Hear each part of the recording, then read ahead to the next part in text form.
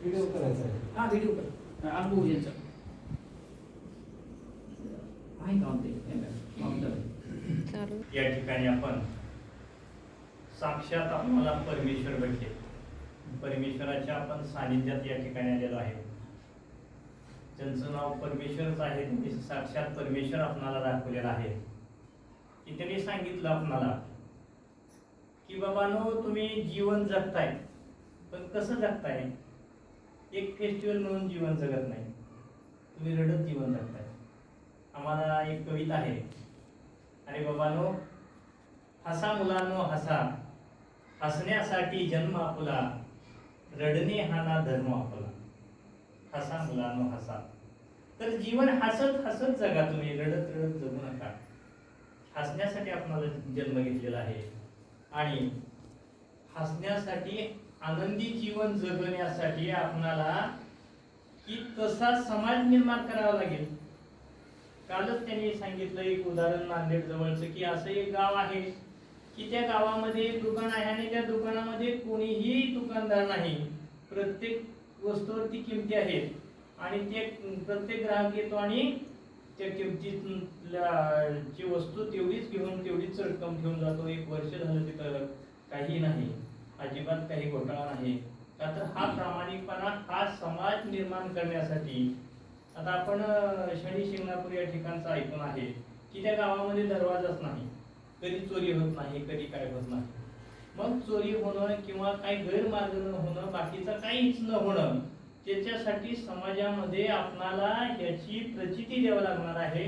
तसा समाज तयार करावा लागणार आहे आणि समाजातून ज्या वेळेला अशी निर्मिती होईल की बाबा आपण चांगलं जीवन जगायचंय, चांगलंच राहायचंय आणि ज्यावेळेला हे चांगलं राहतील त्यावेळेला कोणालाही त्रास होणार नाही, स्वतःही छान जगतील आणि आपण एक रामराज्यामध्ये राहतोय अशी सगळ्यांना अनुभूती येईल. आज आपणाला 6 दिवसामध्ये खूप छान असं यांनी मार्गदर्शन केलं. तर आपण काय करूया, पंक्तीनं पंक्ती पेटवूया आणि एक महाल अशी ज्योत बनवूया आणि या शिबिराची आपण या ठिकाणून पंक्ती घेऊन जाऊन आपण घरोघरी ही पंक्ती लावूया आणि या शिबिराचं महाशिबिर कसं होईल या दृष्टीने आपण विचार करूया. आता पुढंच 23 तारखेला त्यांनी शिबिर घेतलेलं आहे. यांचं जवळजवळ मी पाहतोय असं हे ह्याच्यामध्ये पूर्ण होऊन घेतलेलं आहे. त्यामुळे ते सुखी आहात. तर आपणही त्याच्यामधला एक धागा बनवूया आणि त्यांच्याबरोबर राहूया. आता आम्ही राहणारच आहोत आणि यातून पुढं आपण ज्या ज्या वेळेला एकत्र येऊ त्यावेळेला आपल्या बरोबर आपण जोडत जाऊया आणि आपल्या बरोबरची सगळी या शिबिरामध्ये आणूया आणि सगळ्यांना सुखी ठेवण्याचा आपण संकल्प करूया. एवढं बोलून मी पहिले मी भूतकाळ आणि भविष्यकाळ हे जीवन जगत होते, पण आता ह्या 6 दिवसात मी पूर्ण वर्तमान काळात जीवन जगण्याचं मी ध्येय साध्य केलेलं आहे आणि माझ्यासोबत इतरांनाही वर्तमान काळात जीवन जगा असा मी एक संदेश देते. एवढेच झालेलं आहे. मी एकदम अशी टेन्शन मध्ये होते, एकदम रिलॅक्स झाले. प्रत्येक गोष्टीला वेळ यावी लागते. गेली 10-12 वर्षापासून माझा यांचा स्नेह आहे.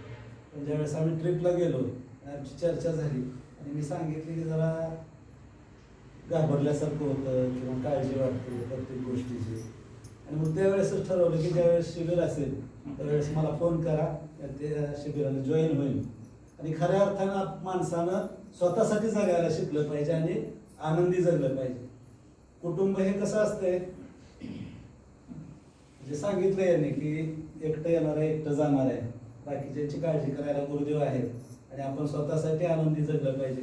आणि खऱ्या अर्थानं मी ठरवलं की कोणत्याही गोष्टीची काळजी करायची नाही. मी मॅडमला सुद्धा म्हणले की आपण आपल्यामध्ये बदल करायला शिकलं पाहिजे आणि खऱ्या अर्थानं मी या 2-3 दिवसामध्ये स्वतःमध्ये बदल करून आनंदी जगायचं हे ठरवलेलं आहे आणि इतरांना सुद्धा त्या पद्धतीनं मार्गदर्शन करण्याचं ठरवलेलं आहे. माझे नमन.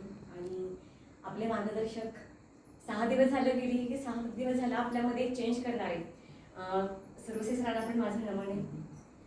सर्वेपि सुखिनः सन्तु सर्वे सन्तु निरामया सर्वे भद्राणि पश्यन्तु मा कश्चित् दुःखमाप्नुयात्. आपण सुखाला इतरत्र शोधतो पण सुख आपल्यात आहे. हे खरं चांगलं त्यांनी आपल्याला 6 दिवसांमध्ये मार्गदर्शन केले. आध्यात्मिक, मानसिक आणि कायिक समाधान 7 दिवसात आपल्या शरीराला भेटलेलंच आहे आणि ह्यापुढेही हा धागा हा जो आपण दीक्षा घेतलेली हा जो धागा बांधलेला आहे तो धागा आपल्या सारखा स्मरणात राहील आणि आपल्याला आपल्या कार्याची जाणीव करून देईल. आपण आपली सुदर्शन क्रिया आणि जे काही गुरुदेवांनी आपल्याला मार्गदर्शन केलेलं आहे त्याची वेळोवेळी जाणीव करून दिलं आणि आपल्याला प्रत्यक्ष कृतीत आणून देण्याचं आपण कार्य करायचंय. आणि ह्याचबरोबर मी एवढा संकल्प करते की मी माझ्या कुटुंबातल्या सदस्यांना ह्याच्यामध्ये जरूर सामावून करून घेईल आणि माझे कुटुंब एक आनंददायी वातावरण जगेल याची शाश्वती मी गुरुदेवांना आज या देशाच्या समारंभात देते आणि निरोप घेते. Very good. खरंच आपल्याला अनेक गोष्टी माहीत असतात परंतु जवळच असते पण ते आपल्याला माहीत नसते. आपल्याला सगळ्यात महत्वाचा श्वास आहे आपल्याला माहित आहे तरी पण आपण त्याच्यावर काम करत नाही. हे इथे येऊन समजलं की श्वास किती महत्वाचा आहे आणि वर्तमान काळात जगा हे एक इथून एक मिळाली. आणि मी तर 5-6 दिवस वर्तमान काळात आहे. माझ्या घरचे सगळे माझं एकट्याचं चालू असतंय राधा रमण हरी बोले.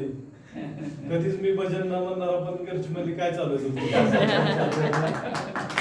म्हणजे आपोआपच ती भजनच एवढी गोड आहेत की ते रिकाम्या वेळेत चालूच राहते ते. म्हणजे खरंच एक वेगळा अनुभव आला आणि वर्तमान काळात जगायलाच शिकलो ह्या 5-6 दिवसात. इथून पुढे सुद्धा जर आपण असं जगलो तर सगळ्या चिंता हे उगच काय नको त्या गोष्टी डोक्यावर घेऊन आपण जगतोय ते सगळं सोडून दिलं पाहिजे हे इथं समजतं. ओके.